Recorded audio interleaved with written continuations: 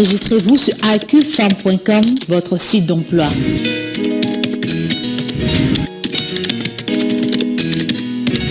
C'est un site à travers lequel l'entreprise peut trouver le candidat correspondant à ses attentes en publiant des postes de travail. Pour vous chercheurs d'emploi, il vous suffit juste de créer votre profil en y joignant des documents correspondant à vos compétences et qualifications.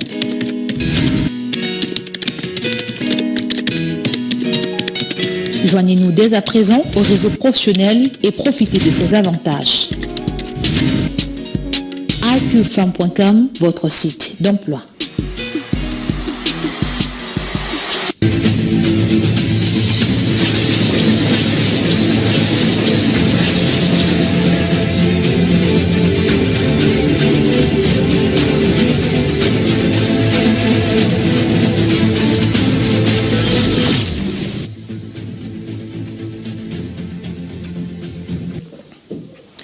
Bonsoir. 2018 sera une année électorale au Cameroun avec la présidentielle, les législatives et municipales. L'un des enjeux de ces consultations, c'est la participation. Elections Cameroun a rendu public le bilan de la révision du fichier électoral pour l'année 2017. Il apparaît qu'entre le 2 janvier et le 31 août, il y a eu 403 069 nouveaux inscrits. Le rapport d'Elections Cameroun sort alors qu'on attendait le bilan d'une campagne lancée en mai dernier avec pour ambition affichée d'inscrire 11 millions de Camerounais sur les listes électorales. Au regard des chiffres, l'on est fondé à dire que cette initiative a simplement tourné en eau de boudin. En septembre 2013, lors des législatives et municipales, un peu plus de 5 millions de Camerounais étaient inscrits sur les listes électorales.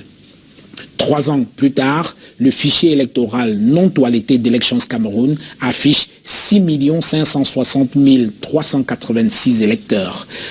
Qu'est-ce qui n'a pas marché ? Pourquoi les Camerounais rechignent-ils à s'inscrire sur les listes électorales malgré les campagnes et alors même qu'ils appellent l'alternance de tous leurs vœux? Nous poserons ces questions et d'autres à notre invité. Merci de rester fidèle à Canal 2 International. Merci de regarder la grande interview. Nous sommes en direct sur www.canal2international.net.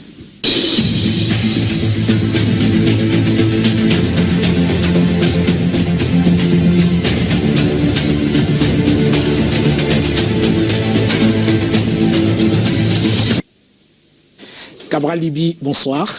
Bonsoir M. Tanier et bonsoir à vos nombreux téléspectateurs. Alors nous sommes très heureux de vous accueillir ce soir, mais je dois vous avouer que j'ai eu du mal à vous présenter quand je préparais cette émission. Alors, dans les médias, des fois on vous présente comme universitaire, un autre coup on vous présente comme un agent de l'État, des fois comme activiste, journaliste. Finalement, dites-moi, qu'est-ce que vous faites dans la vie? C'est la somme certainement de tout ça, mais ce à quoi je consacre véritablement mon existence depuis au moins 13 ans. C'est à m'investir pour que le rêve que j'ai de mon pays se réalise. J'y crois dur comme fer. Je l'ai souvent dit, tout ce que vous venez de citer, agent de l'État, j'en suis un. J'ai été recruté comme cadre d'administration à l'université de Yaoundé 2, universitaire, j'en suis un, je suis chercheur et depuis 2 ou 3 ans, recruté à la faculté des sciences juridiques et politiques de l'université de Yaoundé 2 comme enseignant moniteur, activiste, je ne sais pas, toujours est-il que je suis aujourd'hui, à juste titre, considéré comme un leader d'opinion, je l'assume volontiers, mais moulé dans ma tendre enfance, dans la dynamique de construction d'un Cameroun meilleur, chaque jour que j'arrivais au village et que j'allais m'incliner devant les tombes qui sont d'ailleurs côte à côte de mon grand-père mort au maquis, de son fils aîné mort au maquis, de son deuxième fils, lui rentré du maquis courageusement mais mort dans le dénuement total, mais affichant toujours jusqu'à la dernière minute la fierté de quelqu'un qui aura servi son pays, même si sa cause n'a pas triomphé. Je leur promettais toujours silencieusement, à mon grand-père et à mes oncles, de continuer leur combat. Et c'est ce à quoi je m'évertue, ce à quoi je m'attelle volontiers. Et ça n'apparaît malheureusement pas toujours dans les présentations diffuses qui sont faites de moi. D'accord. Alors on va commencer cette émission par quelques sujets d'actualité. Commençons par le problème anglophone, le problème dit anglophone. Le président de la République a décidé le 30 août dernier de libérer une partie des manifestants anglophones qui étaient incarcérés à la prison centrale de Kondengui depuis 8 mois. Alors comment avez-vous apprécié cette décision du chef de l'État? J'étais plutôt embarrassé parce que je fais partie de ces Camerounais qui sont montés au créneau depuis plusieurs mois, appelant à la libération des personnes qui étaient arrêtées injustement, innocemment. Parce qu'à chaque fois, il faut préciser, chaque fois qu'on parle de cette affaire-là, il y avait 2 catégories de personnes placées en détention. Il y avait les leaders du consortium, ceux-là qui ont été arrêtés, sans que les éléments fondant cette arrestation ne soient partagés par l'opinion. Et il y a cette autre catégorie de personnes à qui on peut imputer un certain nombre d'actes absolument répréhensibles et qui méritent donc que l'État affiche et exerce sa fermeté à cet égard. Et pour les premiers, moi en tout cas en particulier, je l'ai toujours dit, je l'ai dit dans des médias et d'autres, qu'il fallait, dans une optique de décrispation de cette crise, libérer déjà tout au moins les personnes arrêtées innocemment. C'est vrai que dans le cadre des poursuites, ou plutôt oui, de la justice militaire au Cameroun, à la lumière de la loi du 12 juillet 2017, oui, le commissaire du gouvernement n'est pas obligé, il n'est pas tenu par une obligation de publication des mobiles qui gouvernent l'ordre d'arrêter ou de placer en détention, ce qui est d'ailleurs dans un état de droit c'est un problème.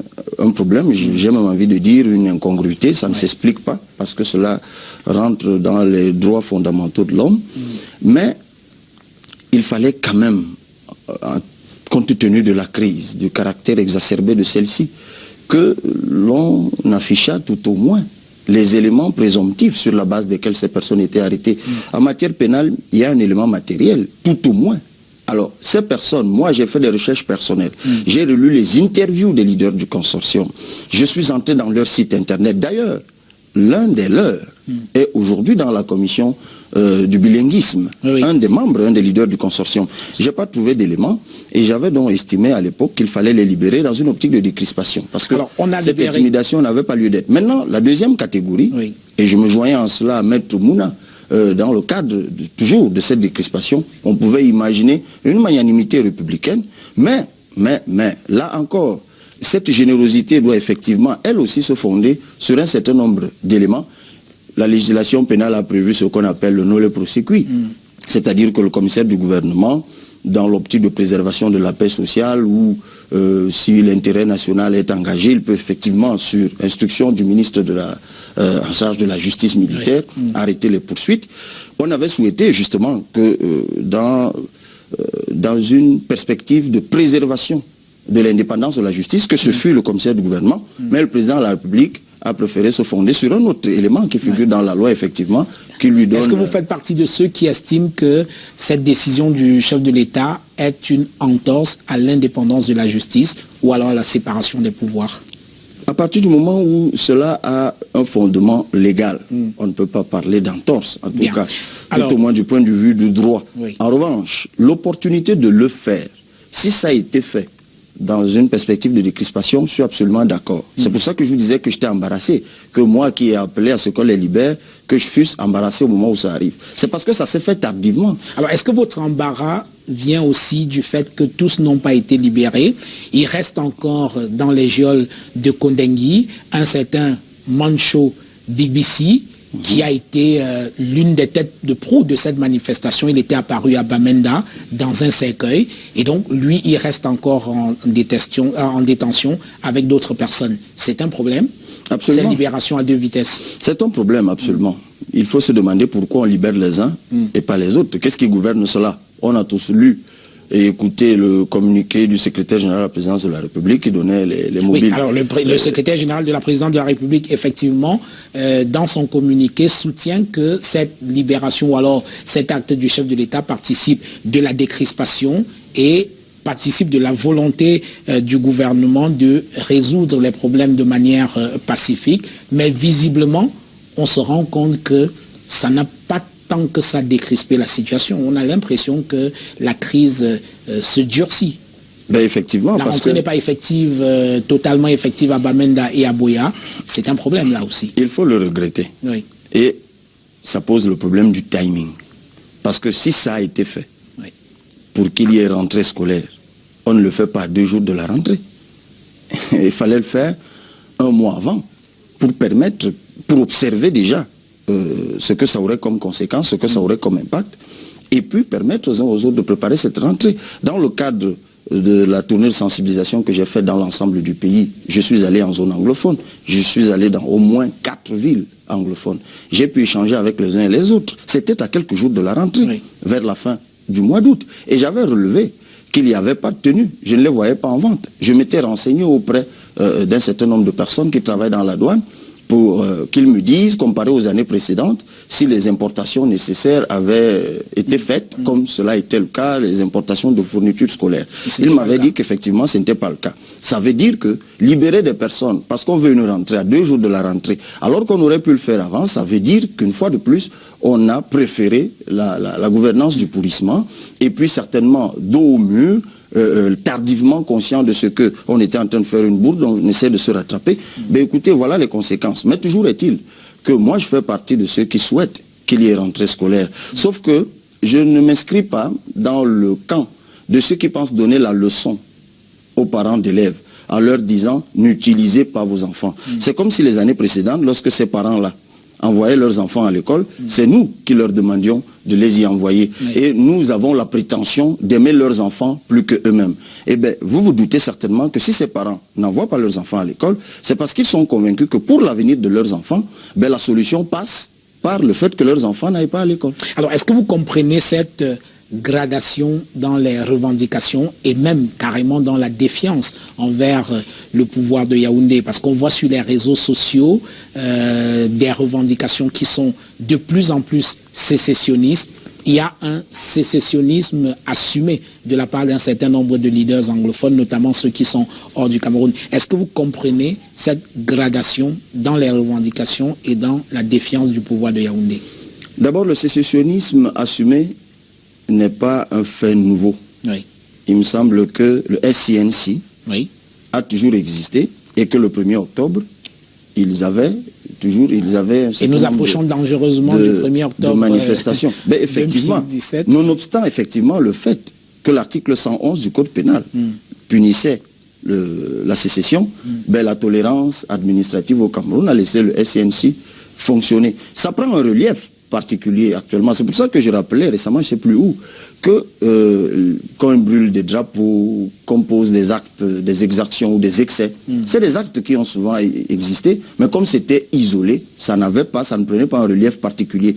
Actuellement, on en parle davantage parce que nous sommes en pleine crise. Mais sur la question de la dégradation, je comprends tout à fait, et ça s'explique scientifiquement, M. Jean-Bruno Tagné. La crise anglophone n'est pas née hier. Oui. La phase exacerbée, c'est celle que nous vivons, qui est déclenchée en novembre 2016.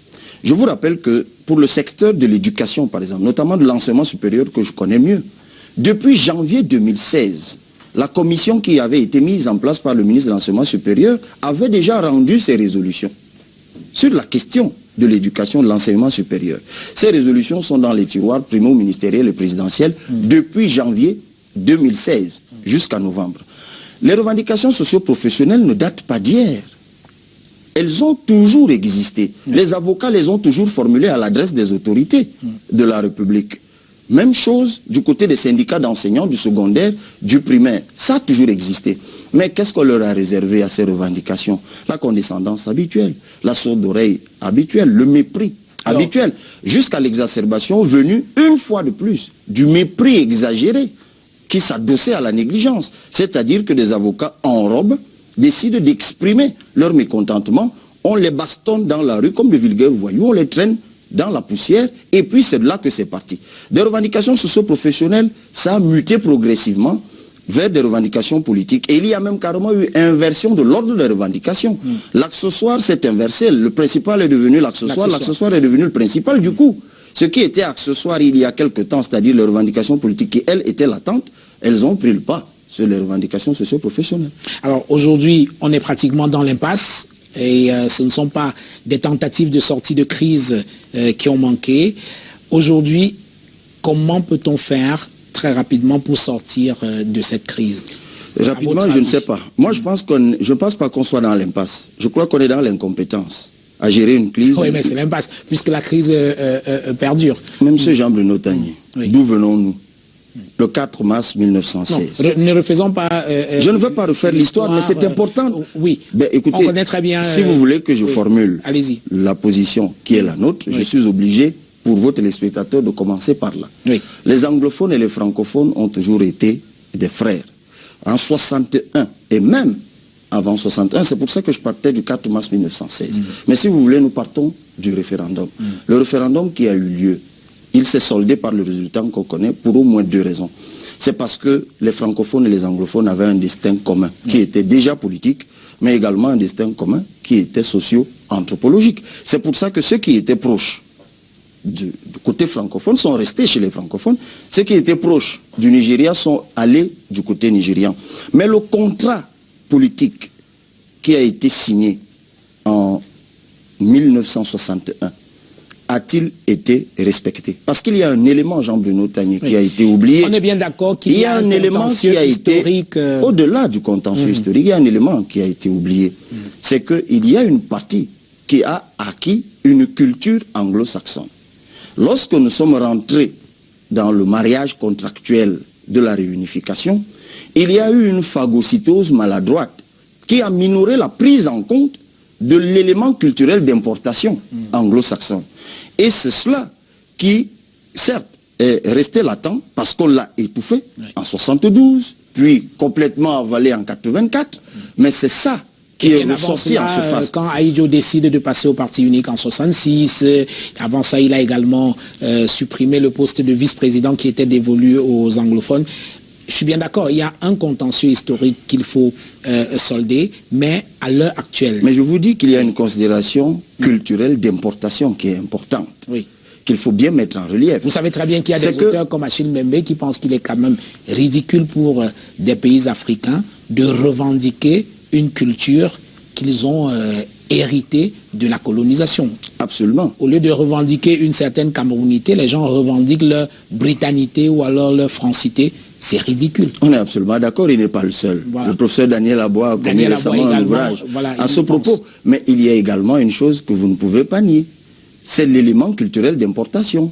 Parce que l'Angleterre avait un mode de gouvernance qui était différent du mode de gouvernance français. L'indirect rule. Ce qui fait que les populations anglophones ont un comportement différent des populations francophones. L'indirect rule voulait le pouvoir au peuple. La décision partait du bas vers le haut. Alors que le mode de gouvernance français, c'était tout l'inverse. Le pouvoir partait du haut et écrasait le bas. Le code de l'indigénat n'est pas venu de l'Angleterre. Il est bien venu de la France. Mais oui, c'est un marqueur sociologique important. Du coup, la phagocytose qui a eu lieu, ou alors qui a été tentée avec prédominance du mode de gouvernance francophone, fait que les populations anglo-saxonnes, pas par nature, mais par importation, s'y retrouvaient difficilement. Je vous rappelle que les NAM, par exemple, mais très rapidement, les NAM, par exemple, on ne comprend pas ça là-bas. Vous faites une étude, nous on l'a faite dans notre groupe, on s'est rendu compte que les anglophones, par exemple, sont très attachés aux populations, aux professions libérales. C'est bizarre. Alors que les francophones sont attachés à la toute-puissance de l'État, à l'ENAM, par ailleurs. Une mentalité héritée de la présence française au Cameroun. Ceci expliquant cela, vous voyez que les hautes autorités de la République qui veulent conserver la domination y envoient constamment leurs enfants. D'ailleurs, j'ai appris au passage que la plus haute autorité de la République a enfin consenti à y envoyer sa fille, tant mieux. Mais cela traduit bien cette situation. Est-ce qu'une visite du président Biya sur le terrain à Bamenda ou à Boya serait un acte supplémentaire dans le sens de la décrispation? Ce ne serait qu'une amorce. Vous savez, on ne règle pas une crise aussi profonde par des parades et des saupoudrages. Je vous dis, ce serait une amorce. Le président Biya, c'est vrai, il serait bien obligé en ce moment-là de se départir un peu de sa de Satou. Mais oui, justement, est-ce que vous pensez qu'il le fera? Ben, je souhaite qu'il le fasse. Parce qu'il est bien connu que c'est un homme qui n'aime pas spécialement donner le sentiment d'avoir été poussé par la foule à poser ses actes. Monsieur Jean-Bruno Tagné, oui. Moi je suis allé à maintes reprises en zone anglophone dans le cadre du travail que je faisais, mais pas seulement. Aussi pour échanger avec les compatriotes anglophones. Je pense que la question de la descente, j'emprunte votre terme, de Paul Biya en zone anglophone, ne doit pas être posée en termes de souhait ou d'espérance. C'est une obligation pour un chef d'État, lorsqu'il fait face à ce type de crise, de prendre des dispositions. L'une d'entre elles, c'est d'aller par lui-même rencontrer ses compatriotes, qui, je rappelle, seront appelés dans un an. C'est par cela que vous avez commencé l'émission, à aller voter pour ou contre lui. Je pense qu'il a l'obligation, lorsqu'on est un chef d'État, lorsqu'on est un chef d'État, M. Jean-Bruno Tagné, on doit descendre. Moi, j'ai vu, avant de venir ici, comme j'ai l'habitude de rentrer dans le site de la présidence de la République, j'ai vu qu'il a adressé une lettre compassionnelle au président Macron pour le passage de Irma. Ben, on aurait espéré que le mois d'août, qui a été meurtrier par les accidents de circulation, ben, ait provoqué par lui un acte analogue de compassion vis-à-vis de son peuple. Je veux bien qu'on se soucie des Français lorsqu'ils sont dévastés par un ouragan, mais il faut se soucier aussi des Camerounais lorsqu'une rentrée scolaire est mise en péril. Je rappelle qu'il s'agit quand même de l'éducation des Camerounais. Et que vous me disiez qu'un chef d'État continue à envoyer des missionnaires qui eux-mêmes d'ailleurs se comportent comme lui-même. Écoutez, je ne veux pas porter de jugement sur les hautes autorités de la République. Il ne faut pas qu'on m'accuse, et vous, avant, d'outrage à chef d'État.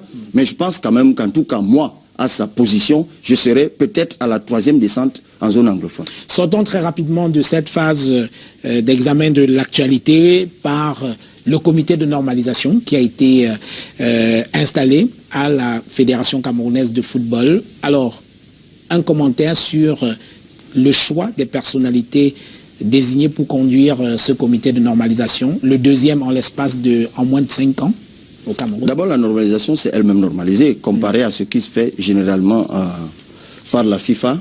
La normalisation en 11, c'était plutôt pléthorique, donc ils sont revenus à de justes proportions. 5. Il y a 3 avocats. Tant mieux, ce sont des juristes, et donc il leur est demandé de rédiger des textes et d'organiser une élection. C'est vrai, la vice-présidente, j'ai suivi le professeur Nkoumvondor, qui est un acteur de première heure et un combattant de la première heure de la normalisation. Et il a promis récuser la vice-présidente parce qu'il l'avait croisée un jour dans une audience à la Chambre de conciliation d'arbitrage, et en ce moment-là, elle était l'avocate de la FECAFOOT, donc il estime que l'engagement a été pris, que ceux qui ont été mêlés directement ou indirectement à la crise il conteste dans son indépendance. Il conteste sur le fondement de l'engagement qui a été pris par la FIFA, mais c'est une question à suivre. Moi, je pense qu'il faut laisser et aider cette normalisation à faire son travail, parce qu'à la vérité, M. Tagné, la vraie normalisation, ce n'est pas celle qui va se faire en 8 mois. La norme, c'est la gouvernance du football. Et la gouvernance a des éléments constitutifs, la compétence, la transparence, la responsabilité active, du moins pour ceux qui travaillent sur les théories de gouvernance. On a besoin de normaliser notre football par son fonctionnement au quotidien. J'ai appris des choses incroyables, des dépenses astronomiques qui sont faites au profit de hautes personnalités tapées dans l'ombre présidentielle ou primo-ministérielle, alors que les footballeurs sont misérables. Est-ce que vous vous rendez compte, M. Jean-Bruno Tagné, on parle d'un football professionnel au Cameroun. Si je vous posais la question, je vous la pose à vous, parce que je sais que vous avez, dans une autre vie, été un étudiant de droit. Est-ce que vous pouvez me dire quelle est la nature du contrat d'un footballeur qui s'engage pour 5 ans dans un club? Parce qu'au Cameroun, on a le contrat à durée déterminée, qui, s'il arrivait à 5 ans, deviendrait un contrat à durée indéterminée. Et vous avez le contrat à durée indéterminée. Ce sont forcément des contrats à durée déterminée, et ça ne peut donc pas aller jusqu'à 5 ans, comme on le voit dans tous les championnats du football du monde. Ça veut dire que lorsqu'on veut normaliser un secteur comme celui-là, si un État veut normaliser un secteur comme celui-là, il n'attend pas la FIFA. Il révise son code du travail pour aménager juridiquement ce type de contrat. Mais on n'en est pas seulement là. Donc il y a d'autres éléments. Et puis le dernier qui est très important, et c'est en cela que j'interpelle le comité de normalisation qui vient d'être là. Ce que j'ai découvert dans mes recherches personnelles, c'est que en réalité, le vrai problème du football camerounais aujourd'hui, c'est l'inféodation de tous les exécutifs de la FECAFOOT par le pouvoir de Yaoundé. Est-ce que ce nouveau comité de normalisation échappera à l'inféodation. On a bien vu que la FIFA cette fois s'est montrée plus espiègle en choisissant des personnes qui exercent des professions libérales parce que le lien de subordination qui caractérisait les prédécesseurs de ceux-ci avec l'État les prédisposait à être obéissants, notamment à la plus haute autorité décrétale.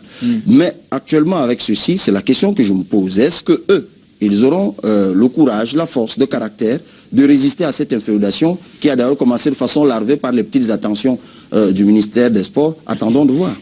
Très bien. On a jusqu'à février prochain pour voir ce que ce comité de normalisation, ce deuxième, va pouvoir faire. Je vous propose de marquer une pause pour aller à la rencontre de notre invité de ce soir. Il a donné le ton. Etier Homo, voici l'homme sous la plume de Arnaud Ngefak avec les images de Samuel Loué.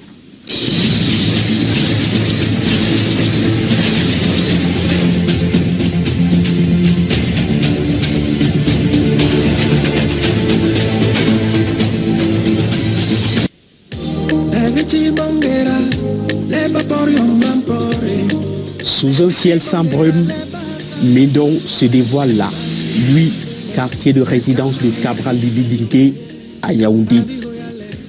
Intrusion dans son appartement au premier étage de cet immeuble. Ouais, les affaires, si ça ne veut pas comment, les gens s'y mettent souvent, ça, c'est même plus. Bon, comme ça. Une ambiance matinale détendue en famille.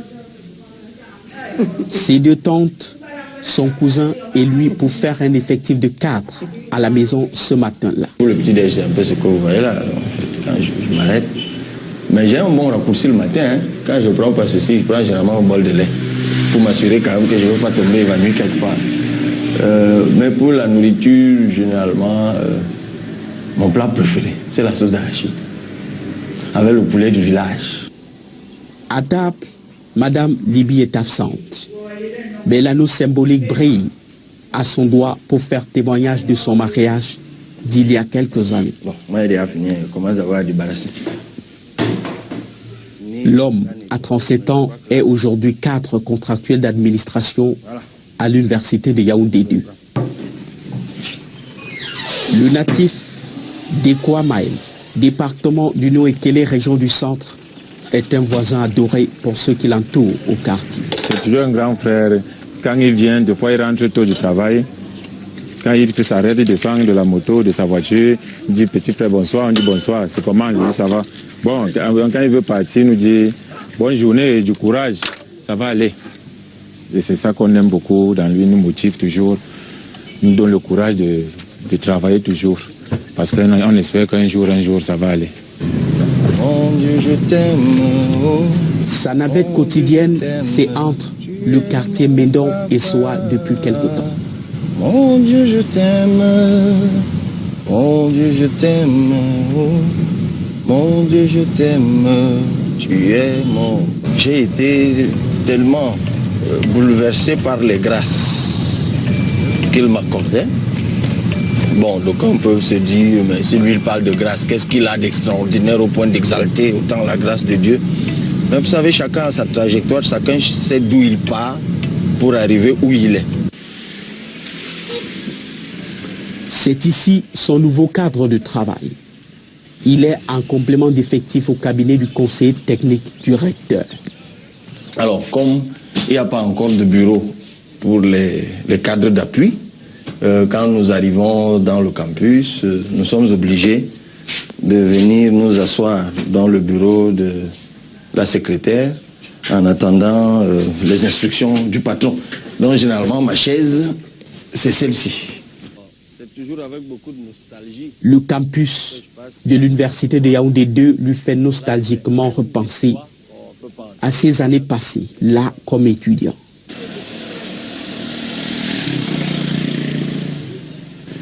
Au bout de ses études universitaires, pas moins qu'un 2A en droit public international en poche.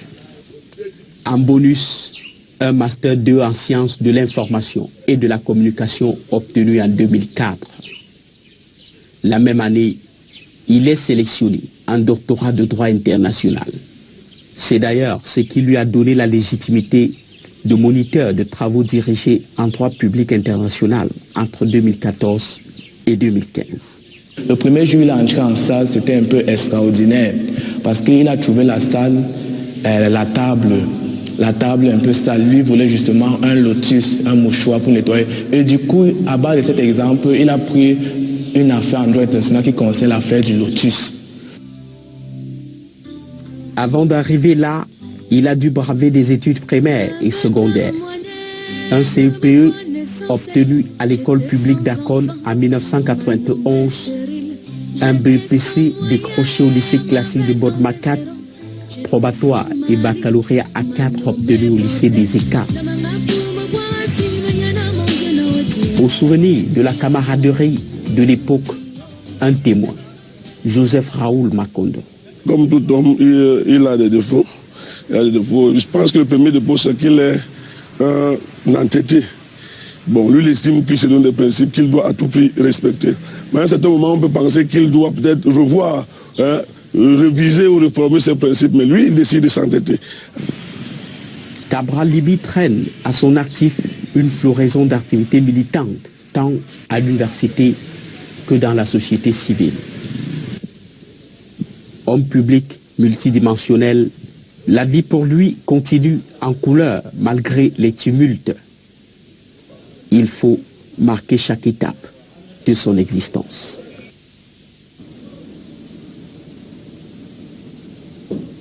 Voilà, retour dans ce studio avec notre invité Cabral Liby. Alors, vous avez lancé en mai 2017 l'opération 11 millions d'inscrits sur les listes électorales. Alors, c'était quoi l'objectif de cette initiative lorsque vous l'avez lancée?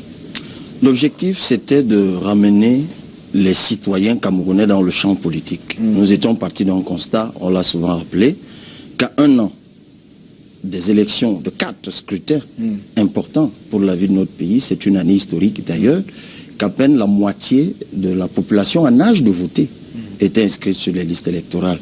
Et nous nous sommes donc dit qu'il fallait faire absolument quelque chose et nous avons lancé l'opération 11 millions d'inscrits. Alors, la révision des listes électorales s'est achevée conformément à la loi le 30 août dernier. Elections Cameroun, l'organe chargé de conduire le processus électoral au Cameroun, a publié ces chiffres et l'organe révèle qu'il y a eu 403 069 nouveaux inscrits entre le 2 janvier 2017 et le 31 août. Alors, comment est-ce que vous avez accueilli cette nouvelle de Elections Cameroun? Avec sérénité.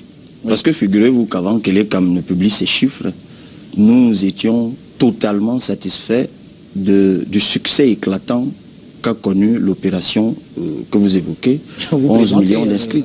Ben, ce n'est pas une plaisanterie, M. Tagné.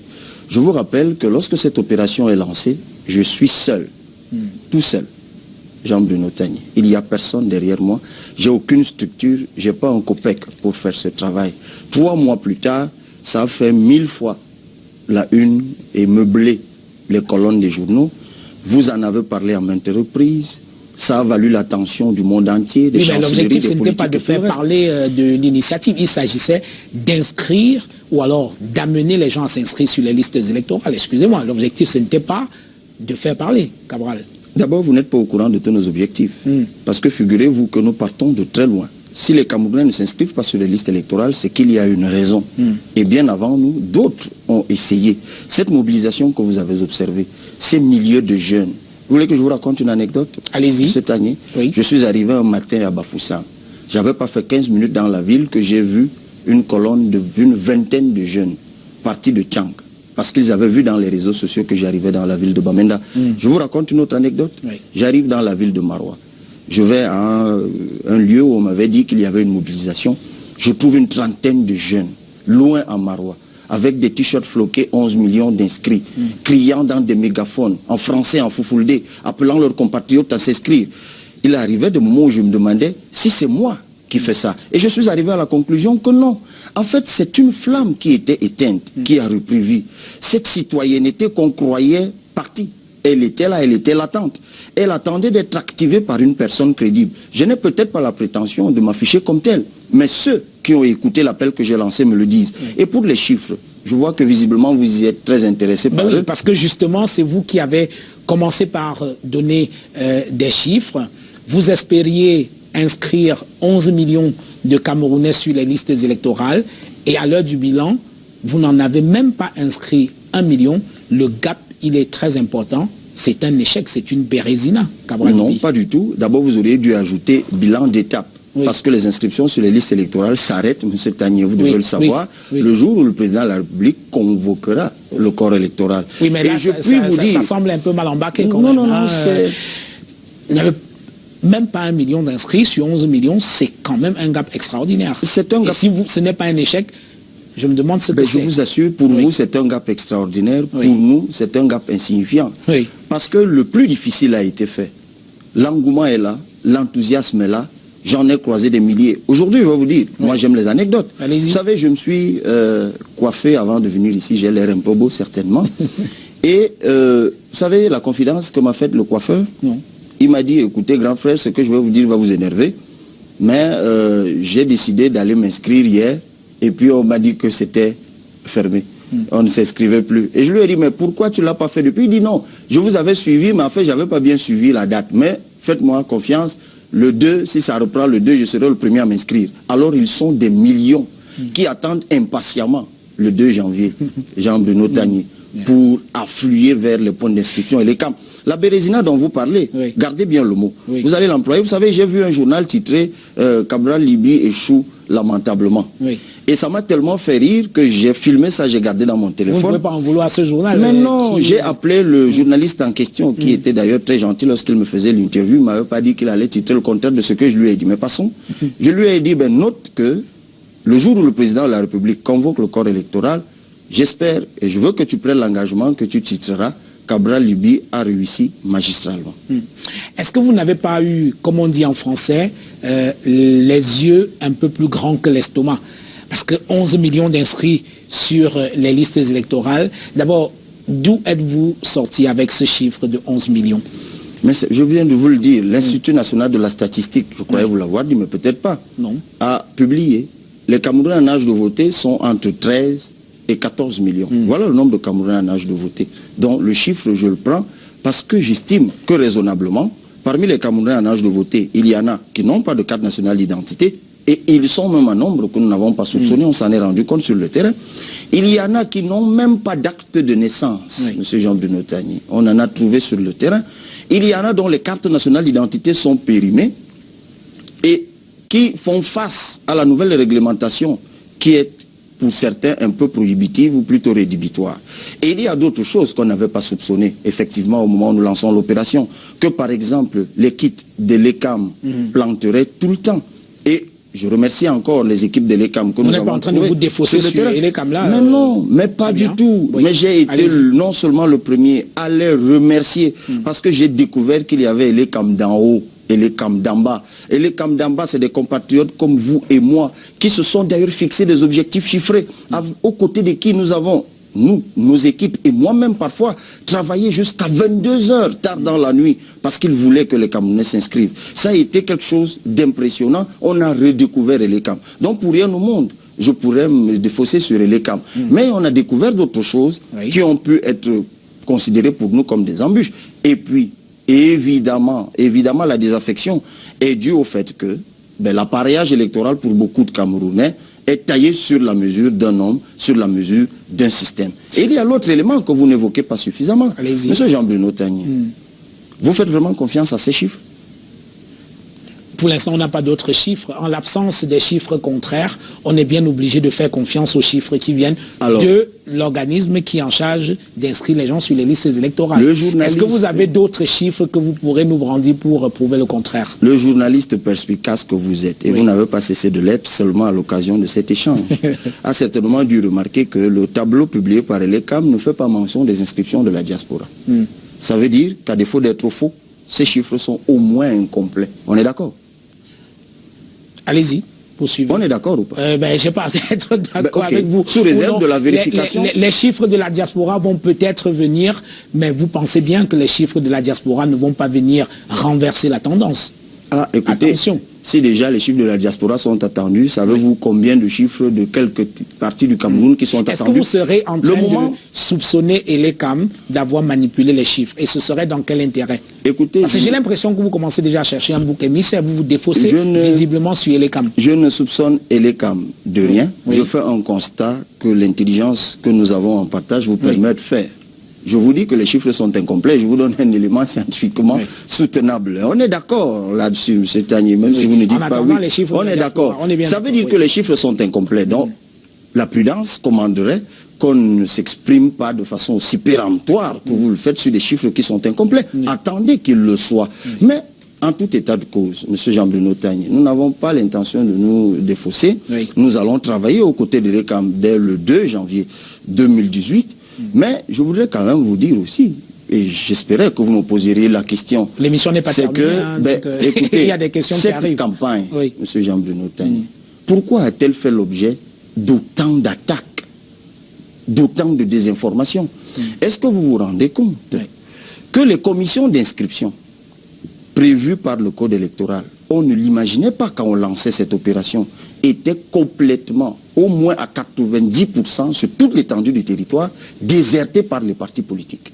Ça veut dire que la question de l'inscription sur les listes électorales n'intéresse pas grand monde. Mais pourtant, ils veulent aller aux élections. Ils appellent même pour certains à la révision du code électoral, comme si c'était la voie royale. Alors là, je vous arrête tout de suite. Beaucoup de partis politiques ont appelé les Camerounais à s'inscrire sur les listes électorales. On n'a pas attendu Cabral Libye pour le faire, je suis désolé. Le SDF, le MRC, le CPP de Kawala, sauf qu'à la différence de votre initiative, ils pointaient également les dysfonctionnements liés au processus électoral. Et ça, on y reviendra. Mais je tenais quand même à rappeler que c'est un travail que certains partis politiques ont commencé à faire, ainsi que d'autres leaders de la société civile. Ok, vous faites un bon défenseur. Peut-être avec moins de communication que vous, peut-être. Vous faites un bon défenseur de ces partis politiques-là. J'essaie de rétablir la vérité. Oui, mais faites attention à ce que vous dites. Parce que moi, je reviens du terrain, M. Jean-Bruno Tagné. Vous savez, avant, j'étais comme beaucoup d'entre eux, seulement sur les plateaux, comme celui-ci. Depuis 3 mois, moi, je suis sur le terrain. Et je vous dis que les commissions d'inscription, où on attend des partis politiques. Je vous rappelle que l'opération dont vous parlez date de 3 mois. Vous l'avez dit. La toute première opération de terrain a eu lieu un 27 mai. C'était au quartier Ange Raphaël, à Douala 5. C'est 3 mois. Il y en a qui sont là depuis une éternité. Ils ne sont pas dans les commissions d'inscription. Alors justement, est-ce qu'il n'y avait pas quelque chose d'illusoire ou même de fantasmatique dans votre initiative? 11 millions d'inscrits. Alors, je rappelle, j'ai donné quelques chiffres en introduisant cette émission. Lors des législatives et municipales du 30 septembre 2013, on avait environ 5 millions de Camerounais sur les listes électorales. 3 ans plus tard, les chiffres de Elecam, c'est 6 millions 157 317 personnes inscrites sur les listes électorales. Alors, comment avez-vous pensé que vous pourriez réussir à faire inscrire le double de ce chiffre-là entre mai et octobre? Mais par une Ou alors jusqu'à la convocation du corps électoral? Par une méthode toute simple, et c'est d'ailleurs celle qui a permis que vous ayez le chiffre dont vous parlez. Parce que figurez-vous, M. Jean-Bruno Tagné, s'il n'y avait pas eu cette initiative, que de millions de jeunes, on n'aurait même pas eu la moitié que les millions de jeunes Camerounais ont porté. Et je pense que nous devons leur exprimer ici, et je le fais, nos remerciements, notre gratitude. Parce qu'il y a une nouvelle armée de patriotes dans ce pays. Il y a une nouvelle armée de citoyens dans ce pays qui se recrutent dans toutes les strates de la société, qui ont fait un travail en 3 mois extraordinaire, sacrifiant leurs petites économies pour fabriquer des t-shirts, faisant du porte-à-porte dans les quartiers sous la pluie, parfois tard dans la nuit, travaillant parfois, je l'ai dit, sous la pluie, sous le soleil, tôt le matin. Ces jeunes Camerounais méritent du respect. Ils se sont montrés capables de faire ce que ceux qui passent le temps à leur donner des leçons ne font pas. Et d'ailleurs, vous me dites, et vous citez certains partis politiques, je suis d'accord avec vous, et qui se préparent à aller aux élections. Ils ne sont pas présents dans les commissions d'inscription, des listes d'inscription. Et en plus, ils écument radio et télé, disant que ça ne sert à rien de s'inscrire. C'est d'ailleurs extraordinaire. J'ai croisé des élus, c'est-à-dire des personnes élues de ces partis politiques que vous avez cités, qui s'asseyent sur des plateaux de télévision, qui se préparent d'ailleurs à nouveau à être élus, et qui disent que ça ne sert à rien de s'inscrire. C'est à se demander pourquoi ils veulent être élus. Et d'ailleurs, vous savez, ils sont allés très loin. Ils m'ont traité d'idiot, de tous les jeunes qui me suivent. Revenons à l'opération. Apparemment, ça vous dérange que je précise que... Mais c'est l'une des raisons pour lesquelles l'opération n'a pas marché. Figurez-vous, qu'on m'a fait passer pour un pion du régime. Vous avez suivi ça certainement. On en parlera. Ah, ok. On en parlera. Parce que, figurez-vous que si vous êtes dans un pays où beaucoup de citoyens refusent de s'inscrire parce qu'ils estiment que l'opération est taillée, que l'appareillage électoral est taillé sur mesure, lorsqu'un citoyen s'engage à leur parler, à les convaincre qu'il n'y a pas un autre moyen d'obtenir le changement. Et il y a ceux qui prétendent aussi vouloir le changement, qui diabolisent celui qui l'a fait. C'est simplement par jalousie. Et je dois avouer, je fais ici l'aveu, que je ne savais pas que dans un pays comme le nôtre, le champ politique aussi étriqué que celui de l'opposition était aussi gouverné par la jalousie. C'est quand même incroyable. Alors, est-ce que vous n'avez pas volontairement vendu du vent à vos bailleurs avec une opération aussi irréaliste? Qui finance l'opération 11 millions d'inscrits? Parce qu'on vous a vu faire le tour du Cameroun, vous avez même fait un tour hors du Cameroun, aux États-Unis notamment, et d'autres voyages sont prévus. Alors, qui finance cette opération? Alors, j'ai aimé l'opération, vendre du vent aux bailleurs. Oui. Je vous assure... Les bailleurs, c'est ceux qui ont financé l'initiative. Alors, ces bailleurs, ils ont acheté ce vent avec joie. Et à aucun moment, ils ne regrettent l'achat, la dépense qu'ils ont faite. Vous savez qui sont ces bailleurs? Et je réponds à votre question. Allez-y. C'est exactement ces jeunes que vous avez vus sur le terrain. Les t-shirts. De quelle manière? Ils cotisaient leurs maigres économies. Vous savez, le travail qui se faisait sur le terrain était simple. Il fallait travailler avec Elecam, convenir d'un lieu où les inscriptions se feraient. Des jours à l'avance, nos équipes, partout dans le Cameroun, ils allaient dans la localité en question, ils sensibilisaient les populations. Vous savez, pour aller sensibiliser les populations dans les quartiers, ils le faisaient avec leurs deux pieds. Pour parler à ces personnes-là, c'était avec leur bouche. Et ils cotisaient 500, 1000 francs, 2000 pour louer une tente, là où Elecam n'avait pas de tente. Et d'ailleurs, ils allaient parfois jusqu'à acheter des sandwichs au personnel d'Elecam. Voilà les bailleurs. Les bailleurs de cette opération, ce sont les jeunes Camerounais, ce sont les mototaximens, ce sont des jeunes médecins, des jeunes professeurs de lycée, de jeunes avocats, de jeunes cadres d'entreprise, de jeunes banquiers. Voilà les bailleurs. Mais ça, je comprends que personne d'autre n'ait réussi à le faire avant moi. Et que ça étonne, c'est tout à fait normal. C'est un phénomène nouveau de voir les Camerounais se mobiliser subitement, prendre leurs économies, les investir simplement parce que quelqu'un d'ordinaire leur a demandé de le faire. Parfois, je ne leur ai rien demandé. J'étais le premier à être surpris par cela. Monsieur Tagné, l'histoire retiendra cela. Et je vous assure, d'ailleurs, ça a commencé. Il y a un jeune de l'INGS qui a fait ses travaux là-dessus. Je rencontre maintenant tous les jours des jeunes politologues qui veulent comprendre. Certainement dans leurs travaux, je vous sais bon lecteur, vous les lirez et vous aurez la réponse à votre question. Est-ce qu'il n'y a pas eu un défaut de stratégie de votre part dans la conduite de votre opération? Parce qu'on vous a vu vous offrir des bains de foule un peu partout au Cameroun avec des mototaximens, des vendeurs à la sauvette et beaucoup d'autres personnes, comme si vous étiez devenu, je ne sais pas moi, John Frundi des années 90, au lieu de faire ce pourquoi vous avez, ou alors ce que vous avez vendu aux Camerounais, c'est-à-dire amener les gens à s'inscrire sur les listes électorales. Parce que faire foule derrière vous ne signifie pas forcément que les gens vont là où il faut s'inscrire. Est-ce qu'il n'y a pas eu une faute de stratégie de votre part? Alors, vous voyez le bond en arrière que vous venez de faire pour trouver un homme politique qui a connu une situation analogue à celle-là. Eh bien, vous êtes incapable d'en trouver dans les 30 ans qui nous séparent de ce John Frundi dont vous avez parlé. En fait, l'écart, c'est 30 ans. Et vous avez raison de faire ce bond en arrière, parce que vous ne pourriez pas vous arrêter 10 ans ou 20. Non, c'est 30 ans, effectivement. Vous avez raison. Écoutez, les bains de foule dont vous parlez, M. Tagné, je me les suis offert généreusement et heureusement. Je n'en avais rien demandé. Vous savez, je connais des hommes politiques qui paieraient toute leur fortune pour avoir un bain de foule de 20 personnes. Sauf que ce n'est pas ça que vous avez vendu au Cameroun. Vous avez vendu l'inscription ou alors l'idée d'amener les gens à s'inscrire sur les listes électorales. C'est ça qu'on attendait et non les bains de foule. Et je vous dis qu'ils sont des milliers à s'être inscrits sur les listes électorales. Attendons que l'ECAM nous donne un jour des chiffres réels. Ou alors attendez que nous, on vous donne les chiffres réels. Est-ce que vous ne surestimez pas en réalité votre capacité de mobilisation, Cabral Libye? D'accord, vous avez des milliers de followers sur Facebook, mais là c'est une... Un peu plus de 130 000. Voilà, ça c'est une popularité... Pour ne parler que du groupe Cabral, Libye et Foussière. C'est une popularité 2.0 qui n'a rien à voir avec la réalité. Il y a une autre vie, celle-là plus réelle dans la société, dans une société qui est dépolitisée. Les gens ne croient plus en la politique. Est-ce que vous n'avez pas surestimé votre capacité réelle de mobilisation? J'avoue sincèrement que j'ai du mal à vous suivre. Vous dites que j'ai une popularité virtuelle, vous comptez le nombre de followers, oui. Mais quelques secondes avant, vous-même vous parliez de la popularité de rue avec des bains de foule, au point que vous m'avez comparé à John Foudi. Quand on parle de petits bains de foule, allez-y, répondez à cette question. Est-ce que, laissons John Foudi tranquille. Non, il n'avait pas de petits bains de foule. Oui, est-ce que...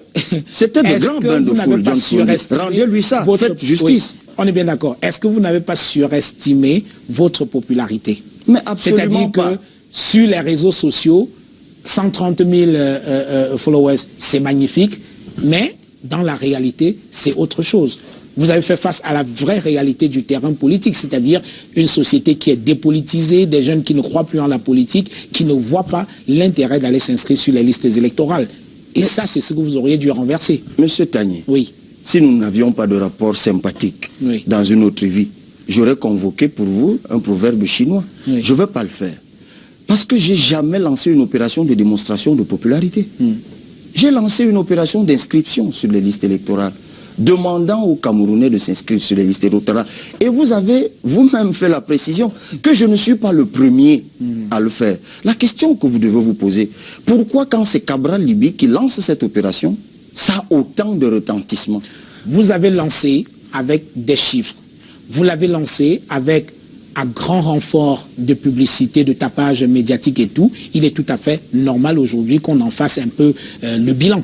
C'est pour ça que vous avez été invité ici, Cabral Libye. Mais là encore, je me demande où vous tirez toutes ces informations. J'ai jamais fait de tapage médiatique. Vous m'avez croisé sur... L'opération 11 millions, vous êtes le responsable. Tout le monde en parle. Vous avez fait des c'est pas parce que tout le monde parle d'une chose que moi j'ai fait un tapage médiatique. C'est pour ça que je vous pose la question.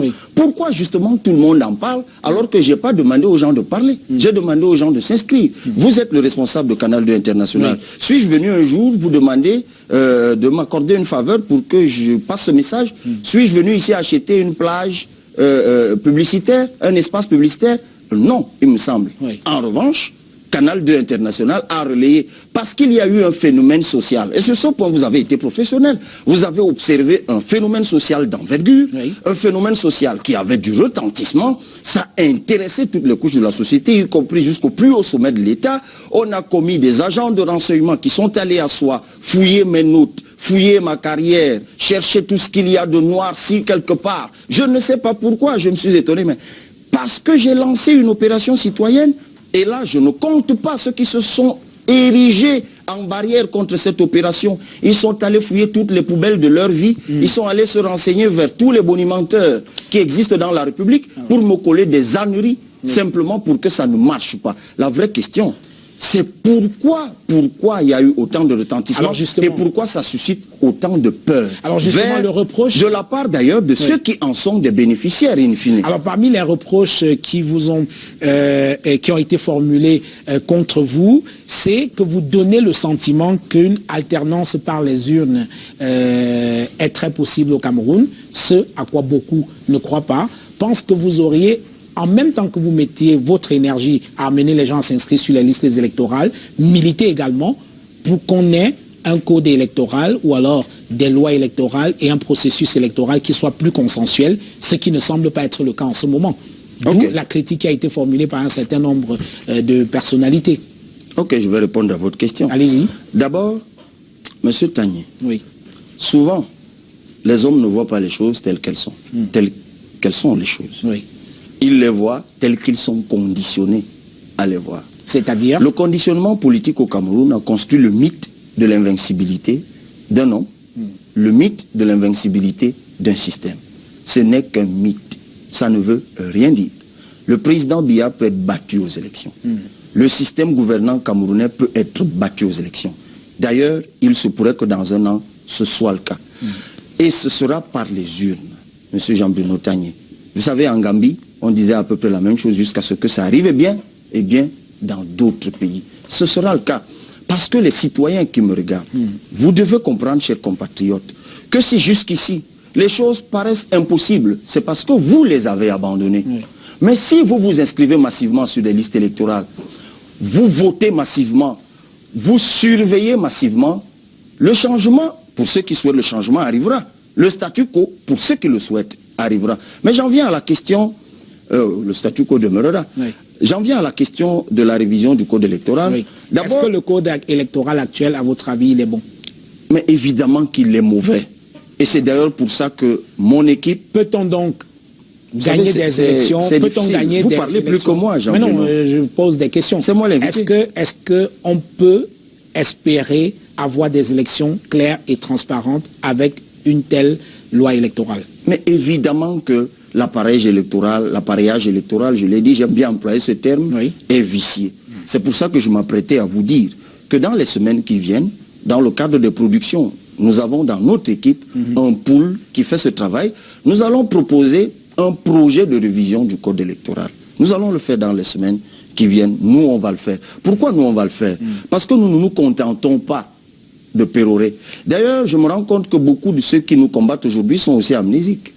Ils oublient que je fais partie de ceux qui, depuis 2012, ont mis en relief les insuffisances de ce code électoral. J'ai publié dans des journaux, j'ai même publié des articles scientifiques à cet effet dans des ouvrages collectifs. Eux, ils ne l'ont pas fait, se sont contentés de bavarder. Mais ça, c'est une chose.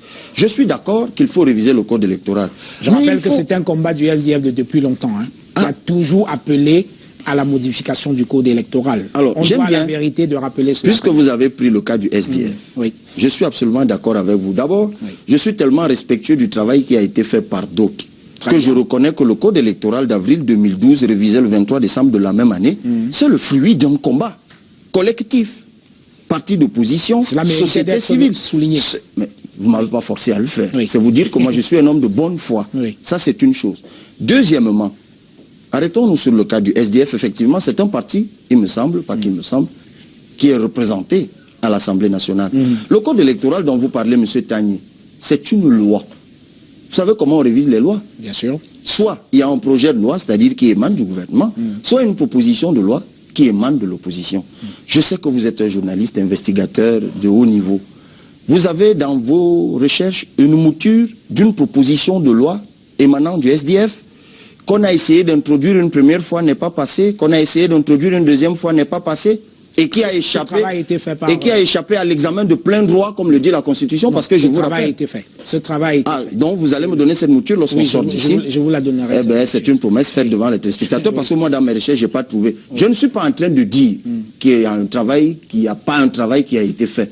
Je dis simplement que si les partis d'opposition étaient si préoccupés par cette question, M. Jean-Bruno Tagny, ils auraient par exemple déjà déserté le palais des Verts d'Ongouaïkele.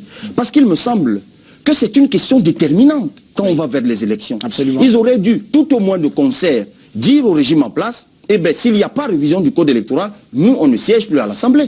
Ils auraient donc dû abandonner là-bas le RDPC et son ou ses partis alliés, que ça aurait eu un retentissement particulier. De la part de l'opposition à ce mot, il sort de votre bouche, que cela soit bien dit. Moi, je n'aime pas traiter des gens que je respecte de faibles. Je dis simplement qu'on aurait pu faire mieux. Et si moi, j'étais à l'opposition, et figurez-vous que nous irons aux élections législatives notamment, comme à la présidentielle et aux autres, lorsque nous y serons, vous verrez comment on fait de la politique. Vous savez, il y en a qui disent qu'ils font la politique autrement, et nous sommes totalement respectueux de cela. Mais nous pensons qu'il faut simplement faire de la politique comme il faut. Alors, depuis un certain temps, depuis que vous avez lancé effectivement cette opération de 11 millions d'inscrits sur les listes électorales, vous êtes sous les feux des projecteurs, et il y a également un certain nombre de critiques qui ont été formulées contre vous, et même des dénonciations. On a entendu par exemple un certain Linjombou, un autre également qui s'appelle Alain Gono, qui tous deux sont des anciens leaders de l'ADEC, l'Association pour la défense des droits des étudiants du Cameroun, et ils vous accusent clairement d'avoir été un indique à l'université. Que répondez-vous à cela? D'abord, avant eux, il y en a qui m'ont accusé d'être un violeur, d'autres que j'ai violé les filles à l'université, d'autres qui ont dit que j'achetais les notes à l'université. Vous les avez lues aussi. Celle-là, je préfère les laisser parce que je préfère ce qui a été publié dans les journaux. Je parle sur la base Ah non, ça aussi, ça a été publié dans les journaux. Je parle sur la base de tribunes qui ont été publiées dans Le Jour et Mutation. Linjomboou et Alain Gonon qui ont tout à fait assumé leurs propos et ce sont des anciens leaders de l'ADEC. Alors, une fois qu'ils ont affirmé cela, ont-ils sous-tendu cela, puisque j'ai lu les tribunes? Je vous pose juste une question espiègle. Comment avez-vous réagi quand ils ont publié J'ai réagi exactement comme je réagis à toutes les autres sottises qu'on dit de moi.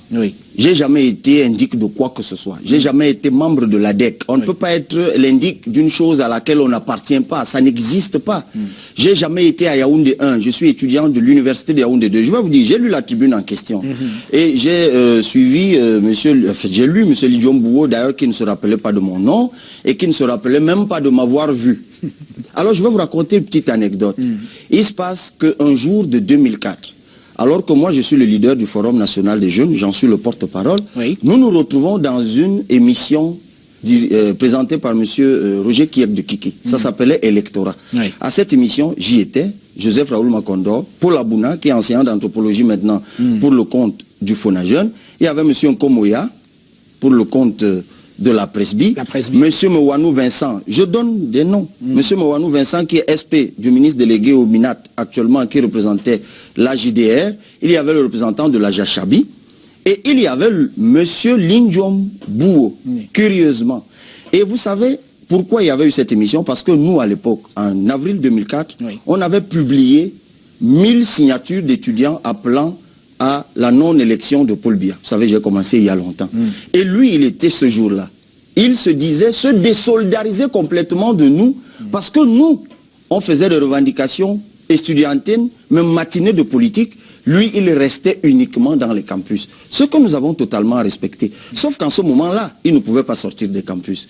Le recteur Tabi Manga était recteur à Yaoundé 1. Et il leur avait... Non, à l'époque. Il était à Yaoundé 1. En 2004, lorsqu'il y a la grève, c'est Sami Beban Chumbo qui est recteur de l'université de Yaoundé 1. Tabi Manga, il était à Yaoundé 2. Non, je vais vous aider. La grève dont vous parlez, c'est 2005. 2004. Oh là là. Avril 2004. C'est très compliqué. Allez-y. C'est 2005. Avril 2004. La grève... Celle dont moi je parle, la grève de l'ADEC, la toute première, c'est avril 2004, avec Linjombourou, Mwafonjongtu et tous les autres. Non, vous parlez de la grève de la faim. La grève de la faim est déclenchée après le forum de Tchang. J'y étais. Le forum des étudiants, non, c'est 2005. Souffrez. On va faire la vérification après. Mais ce que je vous dis, en revanche, c'est que Linjombourou est effectivement l'un des créateurs de l'ADEC en 2004. Sauf qu'en 2004, on ne parle pas beaucoup de l'ADEC parce que Linjombourou est le coordonnateur de la MUSEC à Yaoundé 1, qui a remplacé M. Leka Essomba, que vous connaissez, qui est enseignant de sociologie, qui lui était devenu coordonnateur national de la MUSEC, en remplacement de M. Evele Karkou, qui est aujourd'hui magistrat de 3e ou 4e grade. Non, mais moi je vous donne des éléments. Je vous donne des éléments qui permettent de comprendre. Monsieur Linjombourou gère donc le centre multimédia que le recteur Tabi avait équipé d'un parc impressionnant d'ordinateurs et il gère la boutique de l'étudiant. En ce moment-là, il ne veut pas sortir des campus. Un an plus tard, ce centre a fait faillite, je ne sais pas comment, la boutique aussi. D'ailleurs, entre eux, ils se sont fait la guerre. Certains d'entre eux ont acheté de gros cadenas pour aller fermer. L'un d'entre eux, vous le connaissez, M. Okala Ebode, qui est aujourd'hui secrétaire national d'un parti politique d'opposition. Sauf qu'un an plus tard, comme la MUSEC a été tuée au forum de Tchang, beaucoup se recyclent et deviennent de grands leaders d'étudiants. Et en ce moment-là, ils ne restent plus dans les campus, ils veulent sortir des campus. Et nous, on leur dit, vous êtes libres de sortir des campus, mais ne venez pas à Yaoundé 2. Nous, à Yaoundé 2, on a créé le comité de défense des intérêts des étudiants de l'université de Yaoundé 2. Alors, et ça, c'est justement, on est dans un échange Cabral-Libi. C'est pour ça que je l'étais. C'est justement le reproche qui vous est fait, c'est-à-dire que vous étiez, j'utilise les mots de ceux qui vous accusent, stipendié par des autorités de l'université de Yaoundé 2 pour essayer de casser l'entrée de l'ADEC à l'université de Yaoundé, effectivement, qui était épargnée par la grève qui avait paralysé pratiquement toutes les universités du Cameroun. Non, l'ADEC s'est cassée toute seule. D'abord, on est d'accord que j'ai jamais été membre de l'ADEC. Non, personne n'a dit que vous étiez membre de l'ADEC. On est également d'accord que même si je suis stipendié par les autorités de Yaoundé 2, dans cette hypothèse-là, ça ne fait pas de moi un indique. À partir de quel moment... Est-ce qu'on est d'accord? Continuons. Mais c'est difficile. Quand est-ce que... Je ne suis pas là pour être d'accord avec vous, je regrette. C'est un peu compliqué. Quand est-ce que vous avez été recruté à l'université? En 2009. En 2009. Tout récemment. Oui. On parle des affaires de 2004-2005, je suis recruté bien des années plus tard. Oui. Ça, c'est d'un. Oui. Et de deux, lorsque l'ADEC veut venir à Yaoundé 2, oui, je l'assume. Nous leur disons il y a un an, lorsque nous avons souhaité solidairement agir, vous avez dit que vous restez dans les campus. Donc vous savez, restez dans votre campus. Nous, à Yaoundé 2, oui, on veut donc vous montrer comment on fait de la grève estudiantine. Je vous rappelle que de tous les mouvements d'étudiants qui ont existé, vous savez quel est le mouvement qui a obtenu, qui a proposé ce qu'il y a aujourd'hui, le compte d'affectation à l'enseignement supérieur, c'est nous. Vous savez quelle est l'université qui a obtenu la première, le paiement de des droits universitaires en 2 tranches, c'est nous. Vous savez qui a été la première université à avoir le resto à 100 francs, c'est nous. Vous savez qui est la première université à avoir supprimé les frais médicaux, c'est nous. Vous savez quelle est la première université qui a rédigé la première mouture des droits et devoirs de l'étudiant camerounais, c'est nous. Alors, vous assumez... C'est ça qui fait de nous des indiques? Oui. Alors, vous assumez avoir empêché l'entrée de l'ADEC à l'université de Yaoundé 2. Je vais vous raconter cette séquence. Il se passe qu'effectivement, un jour, directe. Mais je vous réponds. Oui. Monsieur Lindion et certains de ses camarades de Yaoundé 1 décident donc d'arriver à Yaoundé 2. Ils viennent d'ailleurs avec un mégaphone et se placent à l'entrée du campus, commencent donc à sensibiliser, à prêcher. Oui. Après, ils entrent, tant qu'ils le faisaient à l'entrée, ça ne dérangeait personne. Oui. Ils sont entrés dans le campus. Je vais vous dire qui a porté Lindion et là j'étais dehors. C'était un étudiant. Il s'appelait Evengue Antoine. Oui. Il était jusqu'à il y a peu encore conseiller technique à la Campost. Oui. C'est lui qui l'a mis dehors. Ça a d'ailleurs fait tellement de bruit qu'on nous a appelés, nous leaders d'étudiants. Nous sommes venus apaiser nos camarades et nous avons dirigé les responsables de l'ADEC dans le bureau du recteur qui souhaitait les rencontrer. Oui. Ils y sont allés, personne ne les a forcés à y aller. Et je me rappelle du propos tenu par M. Lindion. Il dit, monsieur le recteur, nous sommes énervés parce que nous avons été traités comme des pestiférés par nos camarades de Yaoundé 2. Et je prends la parole ce jour pour lui dire, monsieur Lindion, quand vous arrivez dans un campus, vous nous connaissez, la moindre des choses, c'est de prendre la tâche avec ceux qui sont là. Mais si vous ne voulez pas, vous courez le risque, parce que vous venez prêcher en réalité dans un désert pour vous. Les étudiants qui sont ici n'ont pas les mêmes problèmes que les vôtres. Ouais. Chez vous, le recteur Beban Chumbo refuse que vous payiez 25 000. Ici, il n'y a pas ce problème. Ici, les amphis sont équipés de micros. Ici, les clubs culturels sont financés, ainsi de suite. Allez-y. Et ils sont sortis. Ils ont d'ailleurs trouvé quelques représentants. Je peux vous citer un nom. Mademoiselle Ndé Denise, qui, soit dit en passant, le regrette un peu aujourd'hui, mais elle est devenue professeure de lycée. Donc, de toute façon... Et donc, vous avez cassé la grève de l'ADEC. Mais je vous dis qu'on n'a rien cassé. La grève... Je vous propose... Il n'y avait pas de grève de l'ADEC à Yaoundé 2. On n'a rien cassé. Ils ont été incapables. Parce que justement, vous avez empêché que les leaders de l'ADEC entrent à l'université. Mais je vous dis qui a jeté l'un d'entre eux dehors, j'étais pas là. D'ailleurs, vous me trouvez suffisamment musclé pour jeter quelqu'un dehors. Je vous propose, Cabral Libye, de regarder cette interview que j'ai réalisée cet après-midi avec quelqu'un que vous connaissez très bien, vous l'avez connu dans une autre vie. Il s'appelle Pierre Mila Assouté. Vous avez été militant de son parti. Tiens, la fameuse pétition dont vous parliez tout à l'heure, je pense que c'était avec lui. Nous avons réalisé une interview avec lui. Il vit aujourd'hui en France et il a bien voulu dire un mot sur l'opération 11 millions d'inscrits ainsi que sur votre personnalité, le Cabral qu'il a connu il y a quelques années. Je vous propose de regarder, on revient juste derrière.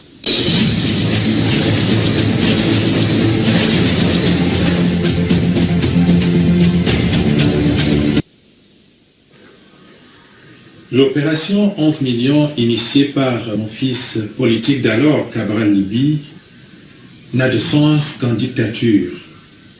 Il s'agit en réalité d'un acte banal en démocratie qui est dévolu aux partis politiques, aux associations. Et je crois que traditionnellement, depuis qu'on parle de démocratie ou de démocratisation au Cameroun, l'ensemble des partis politiques et de la société civile ne font que cet acte-là. Le problème, c'est l'issue de ces manœuvres qui sont en réalité de l'illusion qu'on vend, on fait semblant d'inscrire les gens, et le chiffre 11 millions à lui-même, je ne sais pas d'où il est tiré, mais on aurait cru qu'il s'agit de 11 millions de martiens. Donc l'issue de ces manœuvres-là consiste à vendre de l'illusion, à créer des fantasmes dans les têtes des naïfs Et c'est ce qui est en train de se passer en ce moment avec l'opération 11 millions. Dire qu'il faut avoir 11 millions d'électeurs, d'inscrits pour aller à une élection et pouvoir la gagner, c'est aussi un autre fantasme. Il s'agit de ce qu'on appelle l'intelligence politique complexe qui est vendue aux naïfs. On vous vend l'illusion qui se confond avec la réalité. C'est pour cette raison que ça ne surprend que ceux qui peuvent être surpris. Nous l'avions dit au départ, nous savions que ça ne mènerait nulle part. Donc en réalité, ce n'est pas un acte héroïque de demander à ses concitoyens de venir s'inscrire. Je crois que d'ailleurs à côté de Cabral Libye, certains partis politiques comme le MRC de M. Kamto, le ST de M. Frundi, le RDPC lui-même appelle depuis toujours les Camerounais à s'inscrire. Non, je crois que le problème est ailleurs et que mon fils politique d'alors, Cabral Libye, se trompe lourdement. Bien sûr qu'il pose un acte citoyen, mais nous savons que c'est un acte citoyen qui sert les intérêts de celui qui organise des inscriptions fictives sur les listes fictives. Ceux à qui on a vendu le rêve des inscriptions sont déçus. Mais ils le seront encore plus au soir du résultat de l'élection qu'on veut transparente à partir de ces chiffres. Je crois que c'est une erreur de jugement. Le problème de notre démocratie et notamment de la transparence électorale dans notre pays, le Cameroun, porte sur les réformes électorales prioritaires. Cabral Libye a été militant de mon parti politique. Je crois qu'il ne le nie pas d'ailleurs lui-même. Et s'il le niait, ça m'étonnerait. Maintenant, qu'est-ce que je pense de lui? Ce que je pense de lui aujourd'hui, c'est qu'il donne l'impression de s'émanciper, ce qui est une très bonne chose politiquement. Mais seulement, je n'ai pas envie de dire davantage ce que je pensais de lui quand je l'ai connu il y a 25 ans. Il y a 12 ans, il devait avoir 25 ans ou 26 ans à cette époque-là. Il a grandi entre-temps. Je crois qu'il a rencontré pas mal de choses sur son chemin entre-temps. Il a fait des choses que lui et moi on sait entre-temps, sur lesquelles je ne veux pas revenir. Je laisse un certain nombre de... Voilà, retour dans ce studio avec notre invité Cabral Libye. C'était donc Pierre Mila Assouté, le président du RDMC, ancien leader du courant des modernistes du RDPC que vous avez bien connu. Une réaction rapide à ce que vous venez d'entendre? Alors, je le vois pour la première fois en mouvement, oui. Depuis 13 ans. Parce qu'il nous a abandonnés effectivement jour de 2004, prétendant qu'on voulait l'assassiner, et depuis il n'est pas revenu. Il n'a plus jamais fait signe de vie. Et pour son fils, comme il dit que je suis, c'est quand même un peu difficile de vivre une séparation aussi brutale et aussi longue. Un père qui abandonne ses enfants, je ne sais pas comment on l'appelle. Mais en même temps, tout comme je sais comment on appelle, quand un fils tue le père, c'est le parricide. Oui. Quand un père tue le fils, je crois, c'est l'infanticide.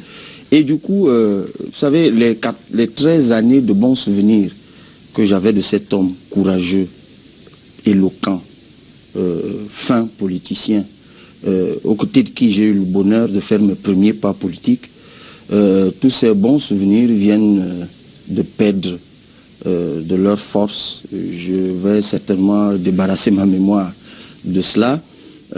C'est tout ce que je peux faire comme commentaire, c'est-à-dire, bon, il dit que j'ai fait des choses que lui et moi nous connaissons. Je vous dis qu'on ne s'est pas parlé, ni par écrit, ni par téléphone depuis 13 ans. Il parle de l'époque où vous étiez encore ensemble. Non, il dit qu'entre-temps, j'ai croisé des choses et fait des choses que lui et moi nous connaissons. J'ignore lesquelles. Écoutez, le seul souvenir que j'ai le plus récent de lui, c'est que c'était un homme courageux qui a eu qui a su mobiliser au sein du RDPC, dans le courant des modernistes. Il a démissionné du RDPC, ce que beaucoup ont pu faire. Il a voulu être candidat. Et je peux vous garantir que je sais comment ça s'est passé parce que c'est nous qui avons déposé sa candidature. Et nous savons que la pièce qu'on avait retirée de son dossier, c'était l'engagement sur l'honneur, qui est la pièce la plus banale qu'on puisse mettre dans un dossier de candidature. Ça nous avait beaucoup fait mal à l'époque et on avait ensemble partagé cette tristesse. Et puis il est parti. Donc, écoutez, hélas, bon, comme il a dit lui-même, j'ai grandi, je me suis émancipé. Et du coup, il est tellement loin qu'il ne peut plus comprendre ce que je fais. C'est la rupture entre vous sortant? Non, oui. Pas de rupture. Il est parti, il s'en est allé. Oui. Et aujourd'hui, il fait de bons développements. Là-bas où il est, je ne sais même pas où il est. Il vit en France? Ah, ok, il est en France. Vous savez, moi, je suis au Cameroun. Alors, sortons de l'opération 11 millions d'inscrits avec cette dernière question. Quelles sont les leçons que vous tirez de cette opération qui vous refusez qu'on parle d'échec ou de Bérésina, disons, qui n'a pas encore atteint ses objectifs et qui est très très loin des objectifs qui avaient été fixés? Quelles leçons en tirez-vous? D'abord, moi et tous ces milliers de jeunes qui m'accompagnent, nous avons tiré de cette première phase, que nous avons appelée la phase 1, une force de détermination incroyable, dont vous allez apprécier le déploiement dès début janvier 2018. Vous allez voir ce que vous n'avez jamais vu. Ça, soyez rassurés. Autre enseignement, c'est que on vient de démolir des mythes. On vient de démolir des idées reçues. Les jeunes Camerounais sont veulent. Je tiens l'expression de toi. Sont veulent. Ils ne peuvent rien faire. Ils savent boire, c'est tout, danser. Eh bien, c'est faux. Il y a des jeunes Camerounais qui ont en eux la force patriotique qu'ils sont en train de déployer. La flamme de l'espoir, Jean-Bruno Tagné, s'est rallumée. Voilà une des leçons. Cette flamme, nous sommes en train de l'entretenir parce que nous sommes en train de travailler dans le secret. Elle va être entretenue et elle va emporter sur son passage tous ceux qui vont s'y opposer. Elle va emporter sur son passage tous ces mythes qu'on a construits, les mythes d'invincibilité, des mythes d'impossibilité, tout cela sera balayé. Retenez, M. Jean-Bruno Tagné, que maintenant vous parlez de Cabral, vous allez découvrir des Cabral à l'appel par centaines. J'ai découvert des jeunes devant qui j'étais tout simplement admiratif. Parfois je me faisais une idée de moi, je ne soupçonnais pas que ça pouvait exister. Jean-Bruno Tagné, il y a eu un Cameroun avant cette opération, il y a un autre Cameroun désormais après cette opération. Le reste, c'est tic-tac. Merci. Je vous propose de prendre une petite pause avec notre partenaire iCube Femmes et nous revenons pour la dernière partie de cet entretien. iCubeFemme.com, le premier portail de recherche d'emploi panafricain, invite les entreprises africaines au Salon des Affaires qui tiendra lieu le jeudi 5 octobre 2017 à la salle des conférences SPAR de Douala. Les entreprises participantes pourront se connecter au plus grand réseau de professionnels du Cameroun et du continent africain dans le but de leur offrir de nouvelles opportunités commerciales et d'afficher leurs produits et services. Avantages de participation au Salon des Affaires, visibilité de votre compagnie, communication de votre vision, produits et services, connexion personnelle avec les partenaires, clients et fournisseurs potentiels, mise en vedette des compagnies exposantes, participez en tant qu'exposant, présentateur, délégué. Inscrivez-vous maintenant sur www.iqfem.com/événements.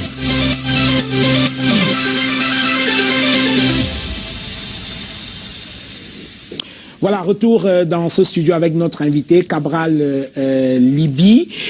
Alors, Cabral, 2018, c'est une année fortement électorale au Cameroun.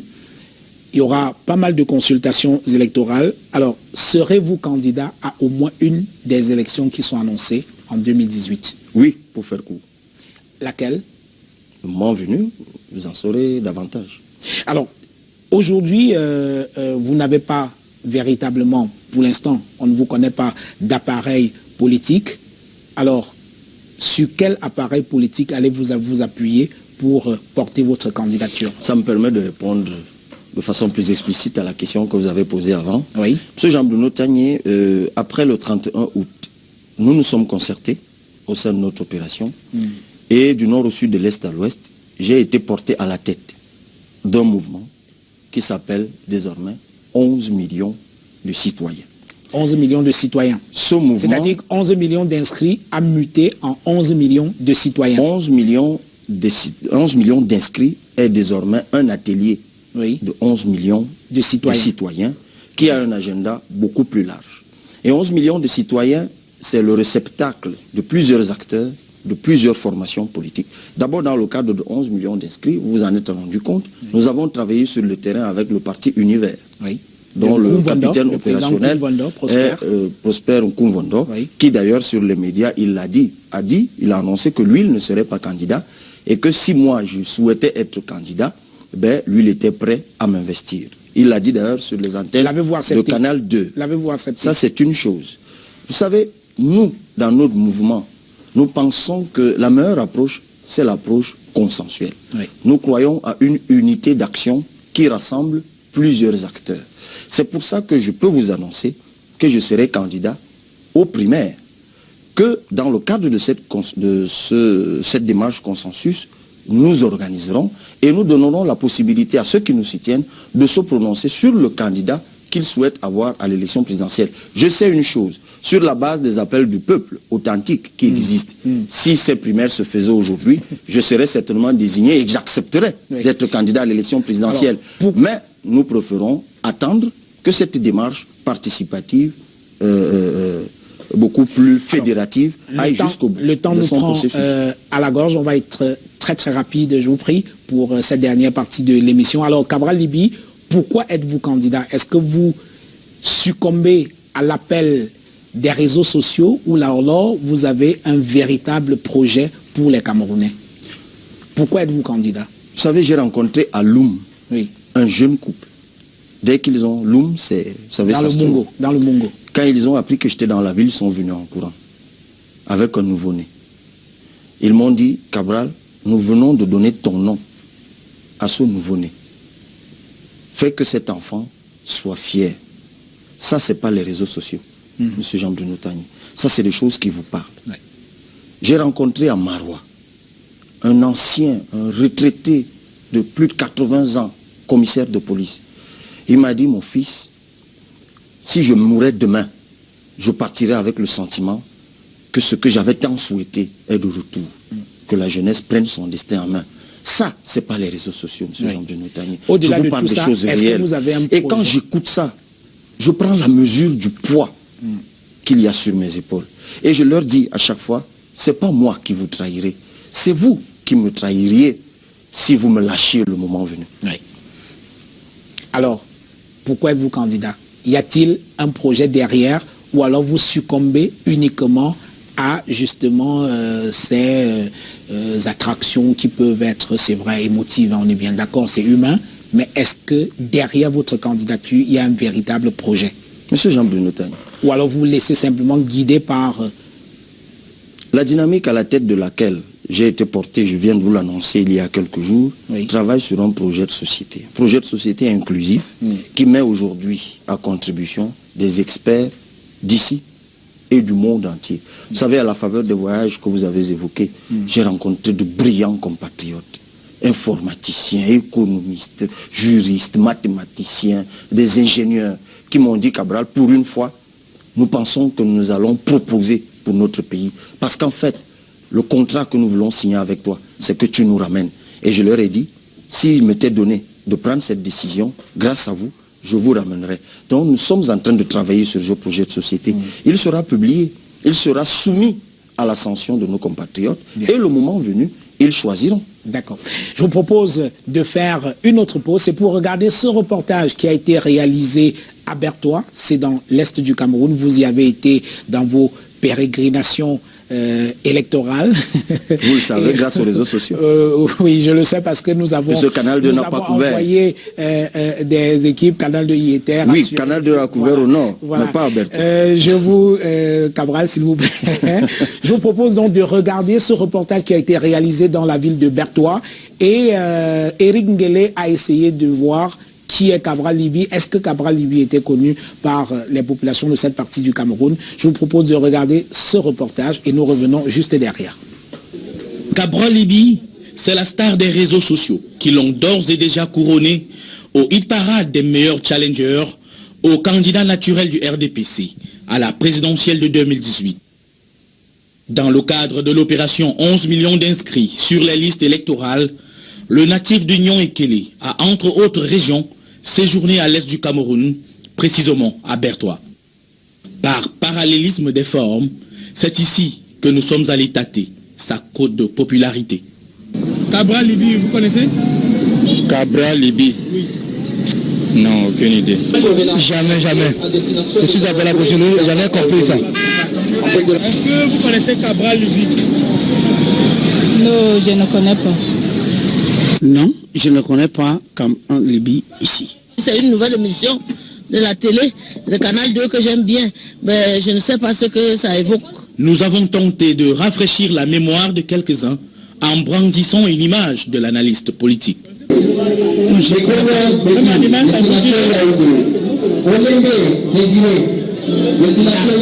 Rien du tout.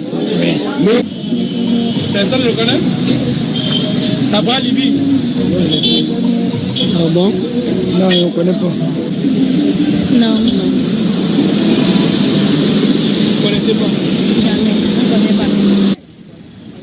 Pour ceux qui connaissent Cabral Liby, il y a comme une sympathie pour son franc-parler et sa posture d'homme engagé. Je suis souvent à Canal Presse, le dimanche. Vous l'aimez, Cabral Liby? Ouais, je l'aime bien. Qu'est-ce que vous aimez chez lui? Sa franchise et sa manière de parler du gouvernement et des réalités du pays. Je le sais très brillant, surtout dans les questions de droit. Et bref, c'est quelqu'un qu'il faut écouter. Il est très gueulard, il dit ce qu'il pense, il les cache dans ce qu'il dit. Parfois c'est un peu désagréable, mais bon. Il est très gueulard, il dit ce qu'il pense, il les cache dans ce qu'il dit. Parfois c'est un peu désagréable, mais bon. Je vois que c'est un homme déterminé, il défend bien ses idées et je crois qu'il peut faire un bon président. On dit qu'il est le Macron, le nouveau Macron du Cameroun, non? Je pense que c'est le surnom qu'on lui a donné. D'aucuns par contre sont assez suspicieux et trouvent l'engagement politique de Cabral Liby parsemé de trop de zones d'ombre. Ça ne doit pas être une audace motivée de l'extérieur. Ce n'est pas parce que on articule peut-être bien, qu'on parle bien, qu'on pense qu'on a la science infuse. Son influence n'est pas encore étendue sur le territoire. Moi, sur 100%, je l'en donne peut-être 15. Il ne rassemble pas encore le peuple. C'est pas suffisant. Ce qu'il a fait, c'est pas suffisant. Qu'on l'aime ou pas, Cabral Liby s'impose chaque jour comme un acteur important du landerneau politique au Cameroun. Je vais demander à Cabral Liby à un moment qu'il tempère, qu'il ne répond pas du tic au tac. Parfois, si on le titille, qu'il reste tranquille, il dort. Il ne répond pas. Parce que je l'ai vu dimanche passé avec Pascal Namdi, ils sont beaucoup titillés. Il doit se calmer, il doit être posé. Pour avoir néanmoins une auréole nationale, la fracture numérique entre les villes et villages la signe désormais à quitter la toile pour le terrain. Voilà, on vient de regarder ce reportage qui a été réalisé par notre collègue Eric Ngele. Alors, on parle de vous comme du Macron camerounais. Comment réagissez-vous à cela? Écoutez, ça me laisse totalement indifférent. J'imagine qu'on fait allusion à ma jeunesse. Oui. Quand on fait le parallèle avec Macron, mais vous savez, modèle de jeunesse à la magistrature suprême, parce qu'on fait toujours le lien, on en a en Afrique. Hein. Je rappelle que Joseph Kabila, qui est président de la RDC, arrive en 2001 à 30 ans. On n'en parle pas suffisamment. Non, mais la manière dont il est arrivé, j'espère que ce n'est pas de cette manière-là. Non, je vais dire un chef d'État jeune, ça existe, il n'y a pas que lui, ça existait avant lui. Mais toujours est-il que l'idéal que transporte Macron en France, notamment il est jeune chef d'État de moins de 40 ans, c'est inédit, qui accède à la magistrature suprême dans la 5e puissance économique du monde et qui provoque un renouvellement de la classe politique, un rajeunissement significatif de la classe politique. Si c'est de ce Macron-là qu'on parle, eh bien, je l'assume totalement. Et je viens de mesurer. L'objectif, c'est que nous soyons connus par tous ceux qui ont l'âge de voter. Et la masse critique que nous voulons constituer est celle de 11 millions de citoyens, je vous l'ai annoncé. Et nous repartons sur le terrain très bientôt pour nous faire connaître par ceux-là qui ne nous connaissent pas encore, mais avec la tempérance nécessaire pour suivre le conseil de la dame. Et d'ailleurs, j'ai noté, et je suis un peu bouleversé parce que on a vu beaucoup de jeunes filles là. Il y avait plus de jeunes filles qui me connaissaient. Et ça me bouleverse un peu parce que quand j'ai regardé les chiffres officiels de l'ECAM, sur 245 000 hommes inscrits, il y a 160 000 environ de femmes. 149 000 femmes.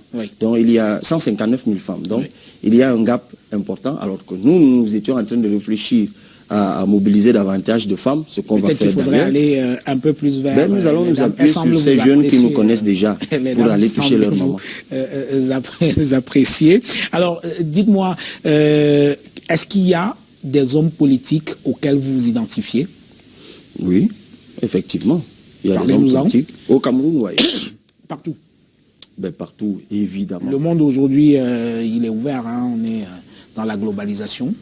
Pas interdit. Tous les nationalistes camerounais, je m'identifie à eux. Parce que je vois des gens qui donnaient de la résonance à cette citation de Saint-Just. Vous savez, c'est une des figures mythiques de la Révolution française. Il a été guillotiné à 27 ans. C'est lui qui a écrit avant de mourir, « Je méprise la poussière qui vous parle. On pourrait la persécuter et même la faire mourir. Mais je défie comme arrache l'indépendance que je me suis donnée dans les siècles et dans les cieux. » Ces nationalistes, ils se sont donné une indépendance dans les siècles et dans les cieux. Comme Saint-Just, des nationalistes, je m'identifie à eux. Oui. Ce sont des hommes politiques. Tout à fait, oui. On est bien d'accord, oui. Je m'identifie effectivement au-delà du Cameroun à Nelson Mandela, à Lumumba. Oui. Je pourrais en citer davantage, vous connaissez toutes les grandes figures d'Afrique. Très bien. Les panafricanistes, je m'identifie à eux. Je pourrais aller au-delà de l'Afrique. Alors, Barack Obama, si on enlève 2 ou 3 choses, reste pour moi un modèle dans sa simplicité et surtout dans sa trajectoire portée par la base populaire, alors qu'on ne misait pas $1 sur lui en tout début. Je vais vous prier d'être très bref parce que cette émission est en train de s'achever. Faisons un peu, projetons-nous dans le futur, faisons un peu de politique fiction, ça ne fera de mal à personne. Alors, Cabral président, où passera-t-il ses vacances? Au Cameroun. Au Cameroun. D'ailleurs, si j'étais président, je ne suis pas sûr que j'aurais beaucoup de temps pour les vacances. Mais il faudrait, parce qu'il faut développer une économie de la vacance. Et le chef de l'État doit être celui qui impulse cela. Aller seulement en vacances dans d'autres pays, c'est alimenter l'économie de la vacance dans d'autres pays. Cabral président, où se soignera-t-il? Au Cameroun. Parce que l'une des premières choses... Dans quel hôpital? L'une des premières choses... Non, mais dans cet hôpital. Je vous rappelle que mon père est soigné en ce moment-ci dans un hôpital. Certains d'entre ceux qui nous regardent sont soignés. Donc nous avons de brillants médecins. Tout ce qu'il faut, c'est équiper nos hôpitaux d'un plateau technique. Et ça, on le ferait une fois arrivé dans les 2 mois qui suivraient. Bien. Cabral, président, fera-t-il barrer les routes 5 heures avant même qu'il ne sorte de son palais? Évidemment, non. Bien. Cabral Libi, président, parce que ça bloque l'économie, ça. Oui, c'est compris. Cabral Libi, président, déclarera-t-il ses biens et fera-t-il appliquer l'article 66 de la Constitution justement sur la déclaration des biens? Évidemment, la chose publique est sacrée, Monsieur Jean-Bruno Tagne. On ne s'amuse pas avec. Cabral Libi, président, enfin, ira-t-il régulièrement aux réunions de l'Union africaine, de la CEMAC, renforcera-t-il la coopération avec ses voisins en étant beaucoup plus présent? Vous voulez que je partage avec vous le rêve que j'ai fait le jour où je me suis inscrit à l'université? C'était justement d'être secrétaire général de l'ONU. Bon. Donc évidemment, j'irai à l'Union africaine. Parce que ce serait la voie pour arriver là où je veux réaliser mon rêve. Merci. Le temps passe vite. Très rapidement, il nous reste quelques secondes. On va présenter la bibliographie de cette émission sans commentaire parce qu'on n'a plus beaucoup de temps. Emmanuel Macron, vous qui serez pour certains l'Emmanuel Macron camerounais, il y a cet ouvrage, Emmanuel Macron, un jeune homme si parfait, de Anne Fulda. Il y a un deuxième ouvrage, Emmanuel Macron, Révolution, c'est notre combat pour la France. C'est un ouvrage écrit par lui-même, où il parle de lui-même et également de sa vision politique. Nous avons parlé du problème anglophone en introduisant cette émission. Il y a ce bouquin, il est vieux, sorti, la première version est Albert sortie. Moucon. Albert Moucon. C'est une des figures du travail abattu en 1992. Beaucoup Albert de jeunes Moucon, ne le connaissent pas. Le titre original de cet ouvrage paru en anglais, c'est Prisoner Without a Crime. Ça, c'est la version en français. Un prisonnier sans crime, sans commentaire, on n'a plus de temps. Vous parliez de Nelson Mandela comme étant un de vos modèles. Voici un ouvrage écrit par lui-même, Nelson Mandela, Un long chemin vers la liberté. Cet ouvrage très intéressant également, Thomas Sankara, c'était un recueil d'un certain nombre de discours. Vous parliez des figures du panafricanisme africain, il en est un. Vous prendrez beaucoup de plaisir à lire un certain nombre de discours qu'il a prononcés. Il y a également Achille Mbembe, c'est un vieux livre, Les jeunes et l'ordre politique en Afrique noire. On parlait des jeunes qui ne s'intéressent pas beaucoup à la politique. On parlait de fraude électorale. La fondation Friedrich Ebert a publié cet ouvrage, Prévenir et lutter contre la fraude électorale au Cameroun, manuel pratique. Il y a celui-ci, vous le connaissez, Marafa Amidou Yaya, Le choix de l'action. Là-dedans, il parle également du processus électoral et il a dit une ou deux choses sur les fraudes électorales. Il est bien passé pour en parler parce qu'il a été ministre de l'administration territoriale qui, à cette époque-là, conduisait encore le processus électoral. Encore sur les élections, Abdoul Karimou, la pratique des élections au Cameroun, 1992-2007. Oui, très bon ouvrage, très documenté. C'est un fonctionnaire du ministère de l'administration territoriale, donc il y a de la matière dans cet ouvrage. Évidemment, le code électoral, il faut le lire. Et enfin, cet ouvrage publié par les éditions du Terroir avec Fabien Iboussi-Boulaga, Jean-Bosco Tala et beaucoup de contributions. Repenser et reconstruire l'opposition camerounaise, question sur la quête de sens et la subjectivité politique. Voilà, c'est tout. Traditionnellement, nous remettons un cadeau à ceux qui viennent nous rendre visite. Voici le vôtre que je vous remets avec plaisir. Merci d'être venu. Mais je vais changer la tradition. Ah. Je vous remets aussi un cadeau. C'est le t-shirt. Bah, c'est très bien. Objectif, 11 millions d'inscrits. Donc Merci. je prends le tien du main. Je vous donne le mien. Merci. Merci, Cabral Libi. C'est très gentil pour ce t-shirt. Merci d'être venu à cette émission. Mesdames, Messieurs, merci d'avoir regardé cette émission qui va rentrer dans sa deuxième saison dans 3 semaines avec de nouveaux habillages, des invités toujours plus prestigieux et une rubrication beaucoup plus fraîche. Je vous donne rendez-vous dans 3 semaines pour la deuxième saison de la grande interview qui fait déjà son premier anniversaire. Merci d'être resté avec nous. Félicitations à vous. C'est très gentil. Joyeux anniversaire. Merci d'être resté avec nous. Bonsoir.